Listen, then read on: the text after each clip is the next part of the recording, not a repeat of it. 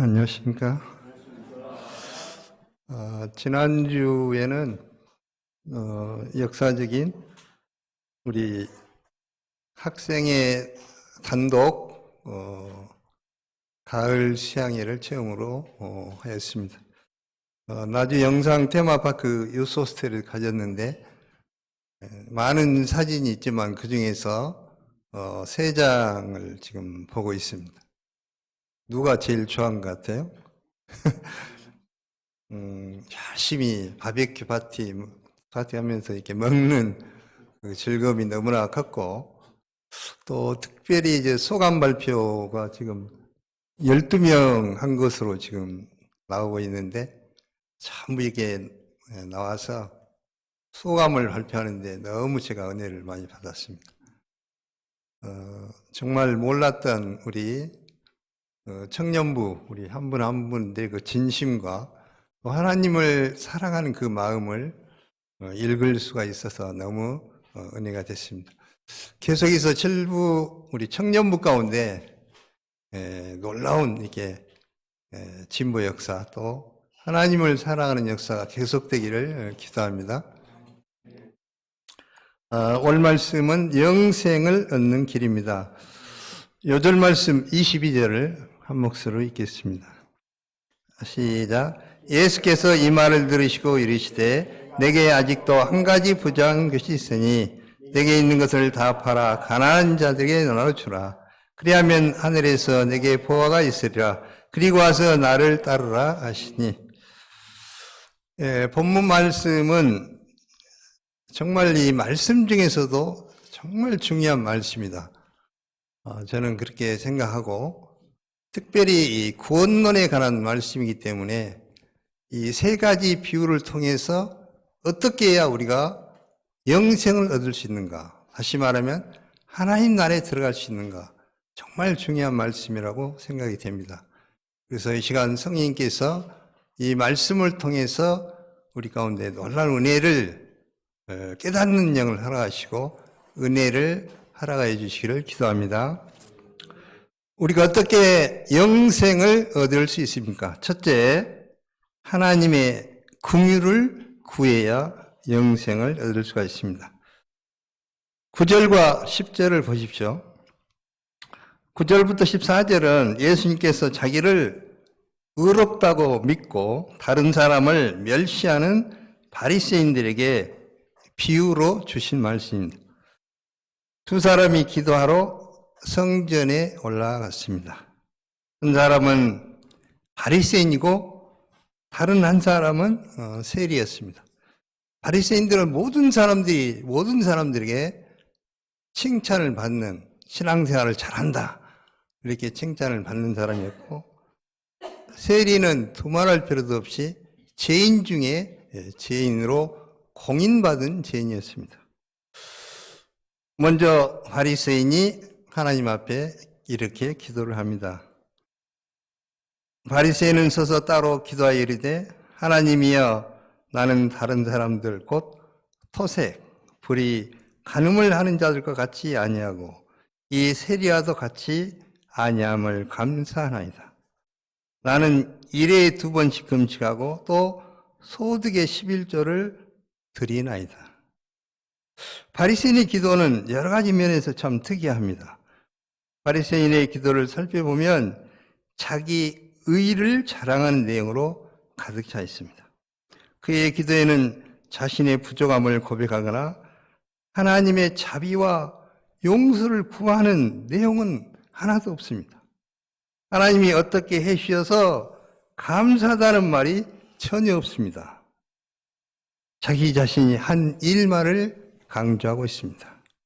반면 세리의 기도는 어떠합니까? 다 같이 13절을 한 목소리 읽겠습니다. 시작. 세리는 멀리 서서 감히 눈을 들어 하늘을 쳐다보지도 못하고 다만 가슴을 치며 이르되 하나님이여 불쌍히 여기소서 나는 죄인으로소이다 하였느니라. 그는 성전에서 멀리 서 있었습니다. 성전 안뜰까지도 나가지 못하고 이방인의 뜰 끝부분에 서 있었습니다.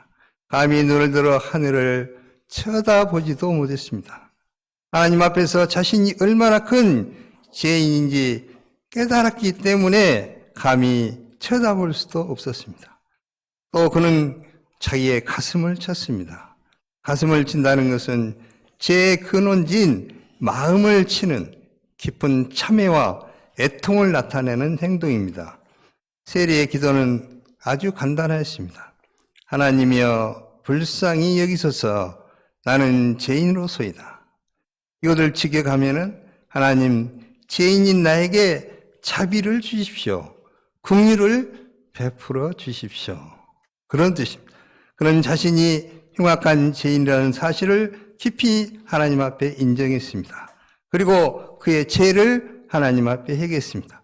그러면서 다만 불쌍히 여기셔서 용서해 달라고 하나님께 간구했습니다. 그의 눈에서는 뜨거운 회개의 눈물이 흘러내렸습니다. 세리의 기도는 자기의 의에 근거한 것이 아니라 하나님의 긍휼에 근거를 두고 있습니다. 그러면 이 둘에 대한 예수님의 말씀이 무엇입니까? 우리 형제님들 14절 같이 한번 읽겠습니다. 14절 시작. 내가 너에게 이르노니 이에 저 바리새인이 이 사람이 의롭다 하심을 받고 그의 집으로 내려갔느니라. 무릇 자기를 높이는 자는 낮아지고 자기를 낮춘 자는 높아지리라 하시니라. 예수님의 판결은 이것이 두 사람이 올린 기도의 결과이다. 바리새인은 그 기도가 연락되지 않았다. 오히려 세리가 의롭다는 판정을 받고 그 집으로 내려갔다고 하셨습니다. 인간적으로 생각하면 바리새인이 세리보다도 훨씬 더 의롭습니다. 그런데 하나님은 왜 바리새인보다도 세리가 더 의롭다고 하신 것입니까? 그것은 세리 행위가 바리새인보다 더 의로워서가 아닙니다.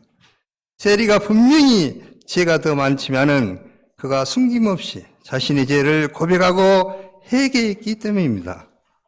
반면에 바리새인은 사람들과 비교해서 자신이 더 깨끗하고 더 의롭다는 자기 의를 자랑했습니다. 그러나 하나님 앞에서는 그 누구도 자신이 의롭다고 자랑할 수가 없습니다. 로마서 3장 10절에 나온 것처럼 의인은 없나니 하나도 없다고 했습니다. 모든 사람이 죄를 범하였음에 하나님의 영광에 이르지 못한다고 말씀하고 있습니다. 거룩하신 하나님 앞에 서면 모든 사람이 다 기준 미달로 낙직감입니다. 그런데 바리새인은 자신의 공적을 내세워서 자기를 자랑하고 있습니다. 그러나 그의 이선과 가식과 이기심과 남을 멸시하는 교만은 하나님 앞에서 심히 가중한 죄인 것입니다. 그래서 하나님께서 바리새인의 기도를 받지 않으신 것입니다. 인간의 의라는 것은 그것이 아무리 다른 사람과 비교해서 탁월하다 할지라도 거룩하신 하나님 앞에 서면은 더러운 누더기와 같은 것입니다. 거지들이 입고 다니는 누더기와 같다는 것입니다.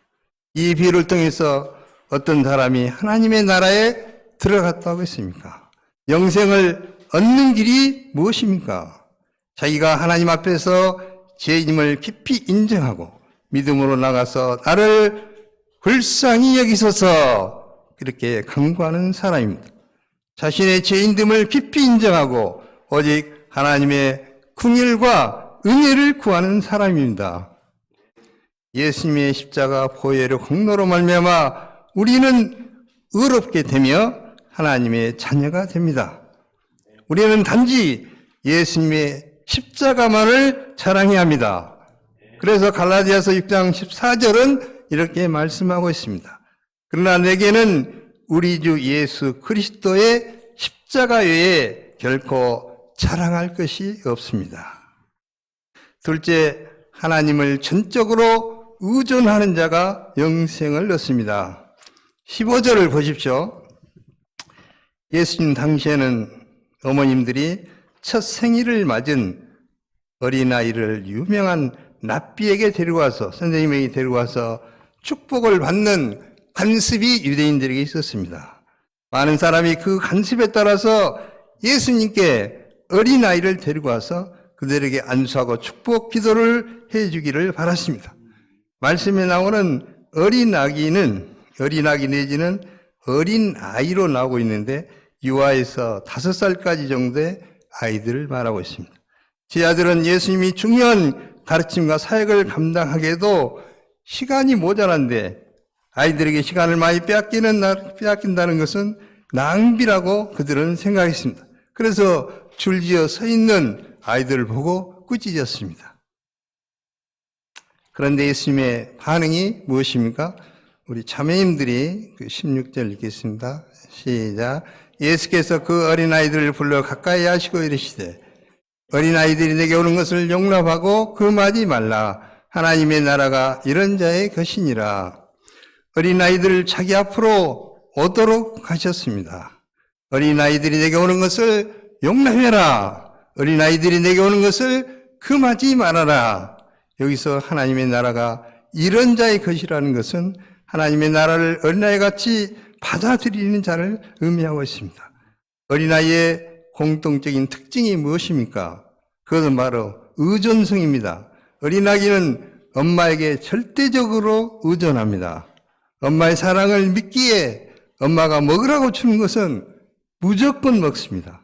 엄마가 데려가는 곳에는 그냥 의심하지 않고 따라갑니다. 어린아이들은 단순하고 순수합니다. 다 같이 17절 읽겠습니다. 시작. 내가 진실로 너에게 이르노니 누구든지 하나님의 나라를 어린아이같이 받아들이지 않는 자는 결단코 거기에 들어가지 못하리라 하시니라. 누가 영생을 얻고 누립니까? 하나님의 나라를 어린아기와 같이 받드는 사람입니다. 신앙생활에 있어서는 늘 어린아이의 절대적인 의존성을 유지해야 합니다.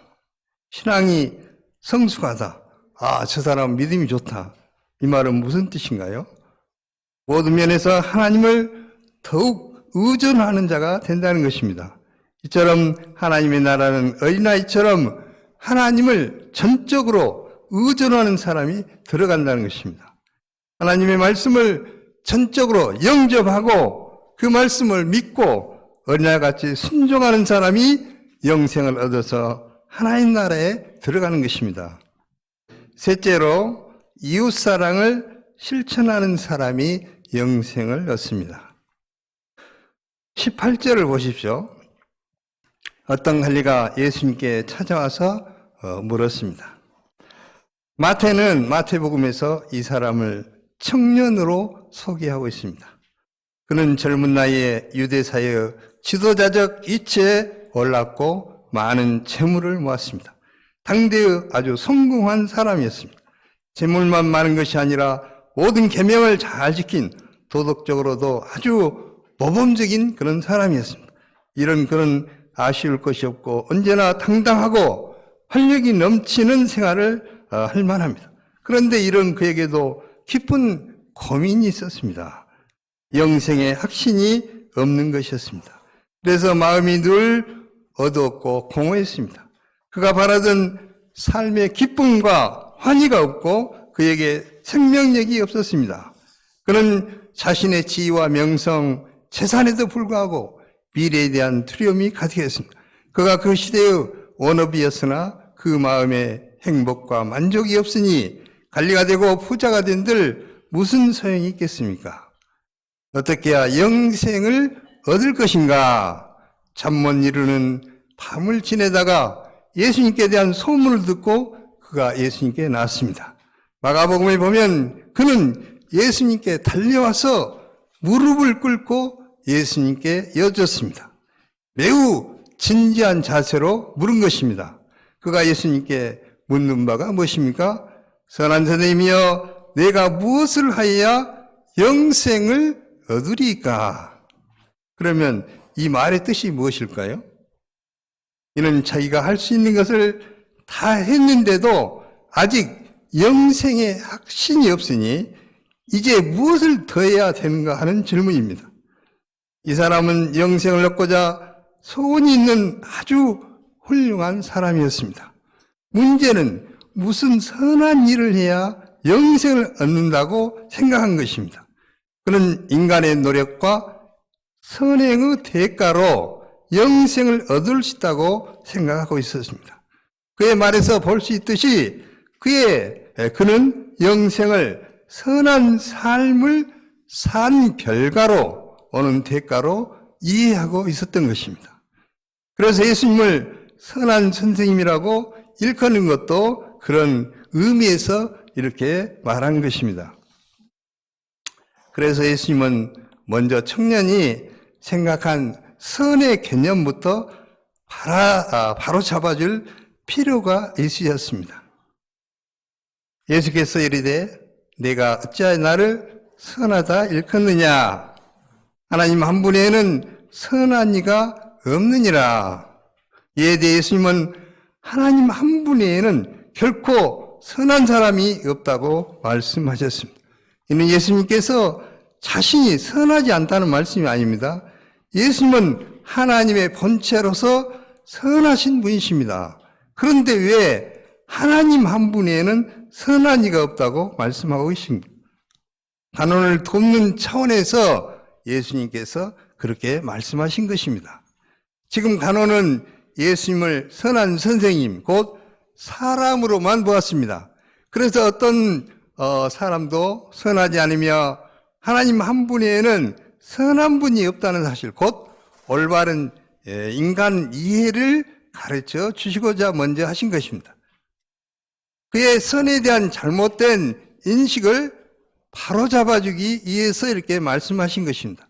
그가 예수님을 선한 선생님으로 부른 것이나 무슨 이게 선한 일을 하여 영생을 얻을 수 있는지 물은 것을 볼 때에 그의 선의 개념은 다분히 상대적이고 도덕적인 차원에 머물러 있었다는 것을 알 수가 있습니다.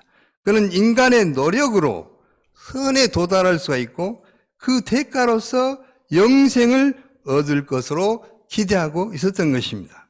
그래서 예수님은 계속해서 그의 입장에서 자기 문제를 발견하도록 이제 돕기 시작하십니다. 20절 보십시오. 내가 계명을 안 하니 간음하지 말라, 살인하지 말라, 도둑질하지 말라, 거짓 증언하지 말라, 내 부모를 공경하라 하였느니라. 예수님은 10계명 중 대인관계의 5계명, 5계명부터 9계명을 먼저 언급하셨습니다. 10계명 중에서 처음 4계명, 1계명부터 4계명은 하나님 사랑에 관한 것이고 6계명, 5계명부터 10계명까지는 이웃 사랑에 관한 것임을 우리는 너무나 잘 알고 있습니다. 하나님 사랑과 이웃 사랑은 동전의 양면과 같습니다. 당시 종교 지도자들은 하나님과의 관계에만 주력할 뿐 고통받고 있는 이웃에 대해서는 무관심하고 있었습니다.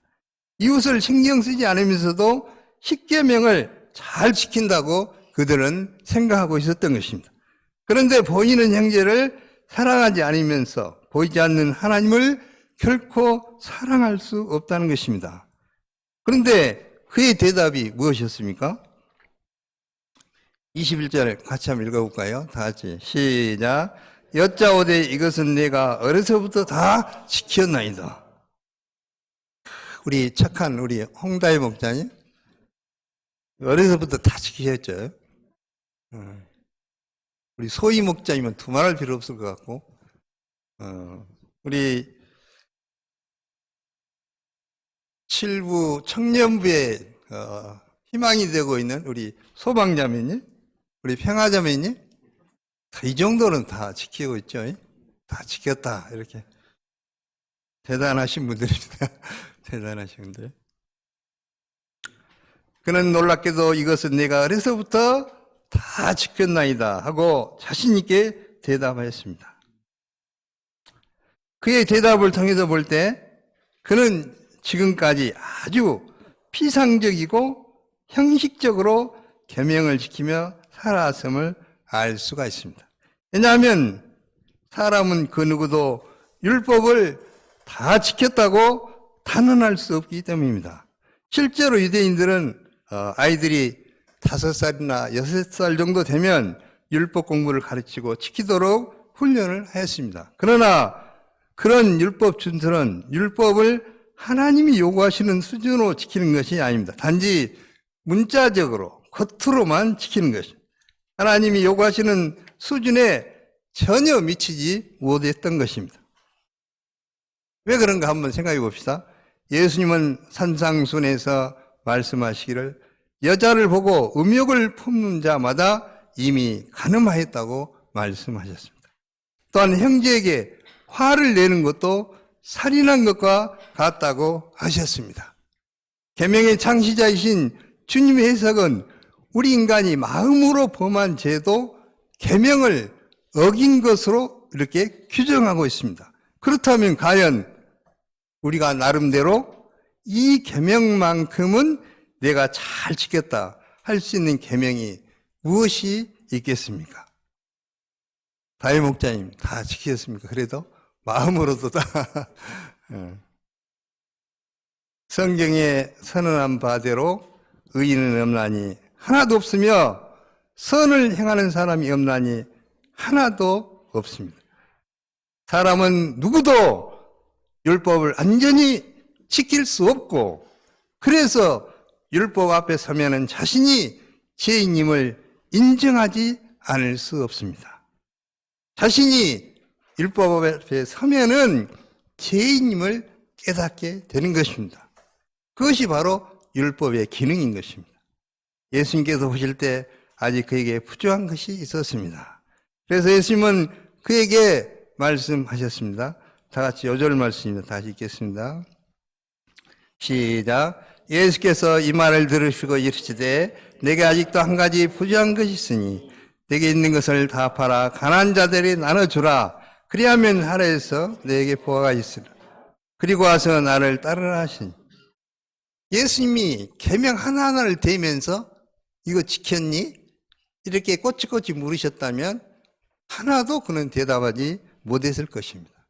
그러나 예수님은 그를 정말 사랑하셨기 때문에 그에게 있어서 먼저 뭐가 가장 중요한가? 이 사람에게 있어서 이 사람의 문제가 뭔가를 아셨기 때문에 그 문제를 해결해 주고자 하신 것입니다. 그래서 그 중에서 한 가지를 먼저 이렇게 택하셔서 말씀하신 것입니다. 그런 정직하고 열심히 살아서 청년 시절에 부자요 간원이 되었습니다. 하지만 그럼에도 불구하고 그가 영생을 얻지 못하는 한 가지 부족한 점, 즉 그의 본질적인 문제가 있었습니다. 그것은 바로 율법의 근본 정신인 이웃사랑을 실천하지 않는 문제였습니다. 한마디로 이 청년은 오직 자기만을 위하여서 살아왔음을 예수님께서 깨우쳐 주신 것입니다.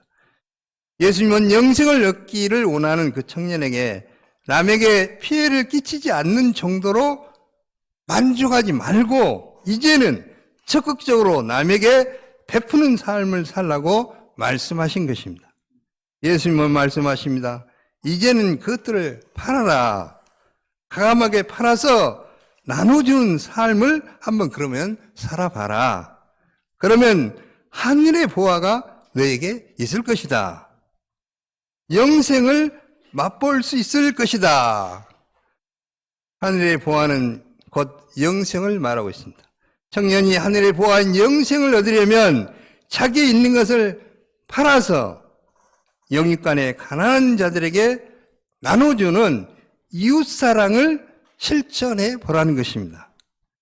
그런데 청년의 문제는 하늘의 보화를 얻고자 하면서도 세상의 보화를 움켜쥐고 있었습니다. 자기를 위해서 세상의 보화를 움켜쥐고 있으면서도 하늘의 보화도 다 얻고 누리고자 했던 것입니다. 그런 그에게 영생이 임할 수 없었습니다. 이것이 청년의 한 가지 부족한 문제였고 바로 딜레마였습니다. 예수님은 이러한 청년을 영생의 삶으로 초청하여 주시고 이를 위하여서 이웃과의 사랑의 관계를 잘 맺도록 도와주신 것입니다. 예수님은 한번 한 율법사에 선생님, 율법 중에서 어느 계명이 크니까? 라는 질문에 내 이웃을 내 자신과 같이 사랑하라고 대답하셨습니다. 율법의 근본 정신이 무엇입니까? 하나님 사랑과 이웃 사랑이라는 것입니다. 그런데 이웃 사랑은 마음으로 끝나는 것이 아닙니다. 이웃을 사랑한다고 해서 말로만 끝나는 것이 아닙니다. 말로는 누구나 사랑할 수가 있습니다. 야고보서 2장 15절부터 17절 한 목소리 한번, 중요한 말씀이니까 다시 읽겠습니다. 시작. 만일 형제나 자매가 헐벗고 일용할 양식이 없는데 너희 중에 누구든지 그에게 이르되 평안히 가라, 덥게 하라, 배부리게 하라 하며 그 몸에 쓸 것을 주지 아니하면 무엇이 유익이냐.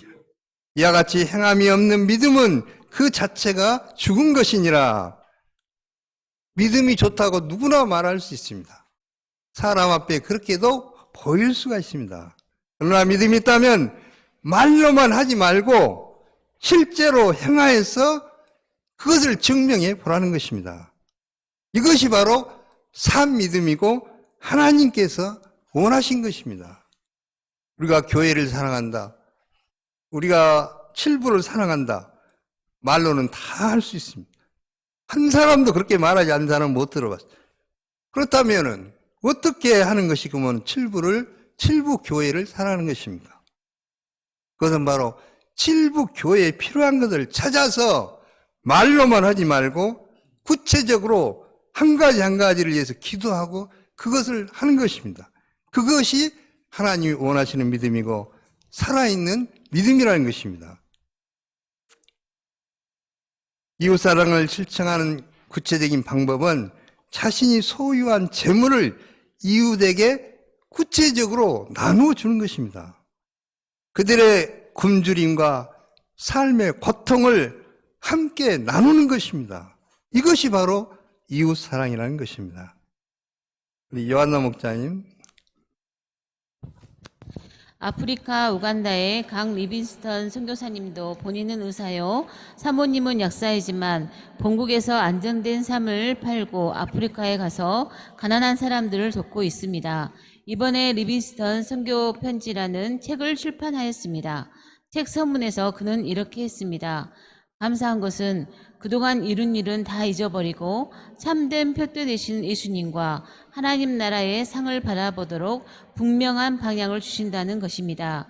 저의 기도 제목은 40년간의 선교사 마라톤 경주에서 지금 4분의 1밖에 달리지 않았습니다.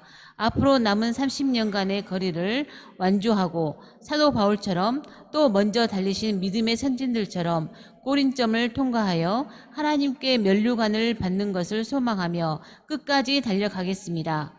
세상 사람들은 땅의 보화를 더 싹 보자 눈에 불을 켜고 달리고 또 달립니다. 그러나 이분들은 하나님이 주시는 생명의 면류관을 바라며 앞으로 더 헌신적인 삶을 살겠다고 다짐하고 있습니다. 이런 분들의 마음에는 천국의 보화가 있고 영생의 기쁨이 가득합니다. 아멘. 구체적으로 이런 삶을 살아가는 것입니다. 본문으로 다시 돌아와서 22절 하반절을 보십시오. 그리고 와서 나를 따르라 하시니, 재물을 팔아서 가난한 사람들에게 나눠준다고 해서 영생이 주어지는 것이 아닙니다. 예수님을 따르는 삶을 살아야 한다고 말씀하고 있습니다. 영생의 핵심은 예수님을 따르는 데 있습니다. 예수님을 따른다는 것은 예수님을 알고 배우는 삶을 사는 것입니다. 그래서 요한복음 17장 3절, 우리 오요한 목자님이 제일 좋아하시는 말씀입니다. 영생은 곧 유일하신 참 하나님과 그가 보내신 자 예수 그리스도를 아는 것이 영생이라고 했습니다. 예수님을 아는 것, 그것이 곧 영생이라는 것입니다. 그렇습니다. 예수님은 세상에 오신 생명의 떡이요 그를 먹음으로 우리로 영생을 얻게 하십니다.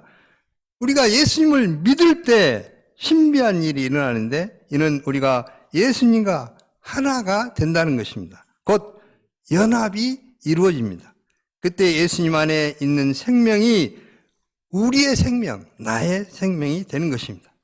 예수님은 영생 자체가 되십니다. 예수님을 믿는 것이 영생을 얻는 길입니다. 예수님을 따르는 삶이 영생을 누리는 삶인 것입니다. 예수님의 말씀에 대한 청년의 반응이 어떠합니까? 그 사람이 큰 부자이므로 이 말씀을 듣고 심히 근심하더라. 부자 간호는 영생을 얻을 수 있는 절호의 기회가 왔습니다. 그렇다면 예수님의 말씀에 그가 어떻게 반응해야 하겠습니까? 아, 예수님 감사합니다. 제가 그걸 몰랐습니다. 그걸 놓쳤군요. 제가 그동안 나를 위해서 쌓는 것만 알았지 팔아서 이웃을 위해서 이웃에게 주는 것을 몰랐습니다. 이제 제가 나의 재물을 가감하게 팔아서 나누어주고 주님을 따르겠습니다. 이렇게 해야 하실 것입니다. 그렇게 했다면 그는 영생의 기쁨을 맛보았을 것입니다. 그리고 예수님의 제자 중에서도 가장 탁월한 제자가 되었을 수도 있었습니다. 청년은 영생을 원했지만 예수님을 따르기 위해서 자기의 재물을 포기하고 싶지는 않았습니다. 그는 영생이신 예수님을 믿기보다도 재물을 믿기로 택한 것입니다. 유일하신 하나님만을 섬기보다도 또 다른 신, 암몬신, 재물신을 하나님 곁에 두기를 원했습니다. 마태복음에 보면 그 청년이 재물이 많음으로 이 말씀을 듣고 근심하면서 갔다고 했습니다. 그는 더 이상 예수님과 대화하려 하지 않고 예수님을 떠나가 버렸습니다. 이 말씀에서 어느 성경학자는 성경에서 가장 슬픈 이야기가 바로 이 장면이라고 하였습니다. 영생을 얻을 수 있는 정말 유일하고 좋은 기회를 그가 놓쳤다는 것입니다. 결론적으로 예수님은 세 가지 비유를 통해서 영생을 얻는 길을 우리에게 가르쳐 주고 있습니다.